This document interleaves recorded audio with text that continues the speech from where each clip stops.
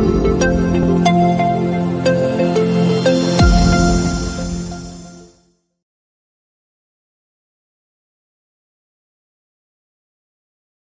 Friends, welcome to SPR media work. Anaparthi assembly నియోజకవర్గం తూర్పుగోదావరి జిల్లా రాజమండ్రి లోక్సభ నియోజకవర్గంలోని 7 సెగ్మెంట్లలో ఒకటి.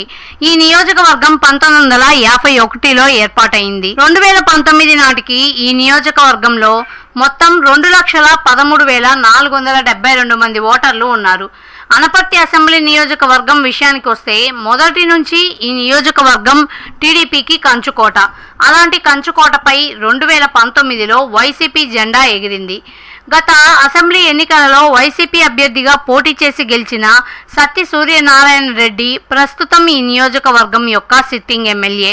ఈ క్రమంలో గత ఎన్నికల ఫలితాలని ఒకసారి విశ్లేషిద్దాం. 2009 ఎన్నికలలో కాంగ్రెస్ అభ్యర్థి శేషారెడ్డి నల్లమిల్లి, టీడీపీ అభ్యర్థి మూలారెడ్డి నల్లమిల్లి మరియు పీఆర్పీ అభ్యర్థి గొల్లల మామిడాడ డిఆర్కే రెడ్డిపై పోటీ చేసి 35,874 ఓట్ల మెజార్టీతో గెలుపొందారు.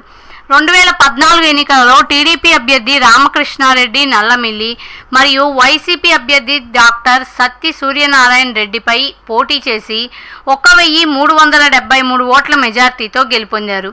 2019 ఎన్నికలలో వైసీపీ అభ్యర్థి డాక్టర్ సత్తి సూర్యనారాయణ రెడ్డి, టీడీపీ అభ్యర్థి రామకృష్ణారెడ్డి నల్లమిల్లి మరియు జేఎస్పీ అభ్యర్థి రేలంగి నాగేశ్వరరావుపై పోటీ చేసి 55,207 ఓట్ల మెజార్టీతో గెలుపొందారు. 2024 ఎన్నికలలో వైసీపీ అభ్యర్థి డాక్టర్ సత్తి సూర్యనారాయణ రెడ్డి, బీజేపీ అభ్యర్థి రామకృష్ణారెడ్డి నల్లమిల్లి మరియు కాంగ్రెస్ అభ్యర్థి డాక్టర్ ఎల్లా శ్రీనివాసరావుల మధ్య పోరు జరగనుంది.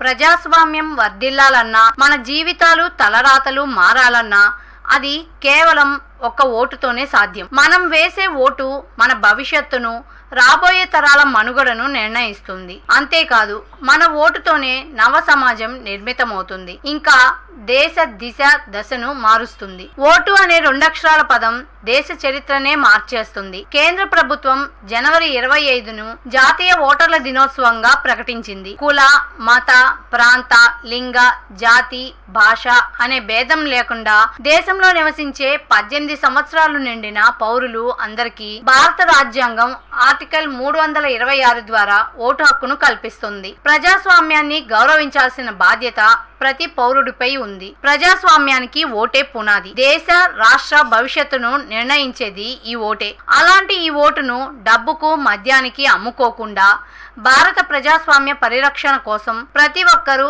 తప్పనిసరిగా తమ ఓటు హక్కు వినియోగించుకోవాలి.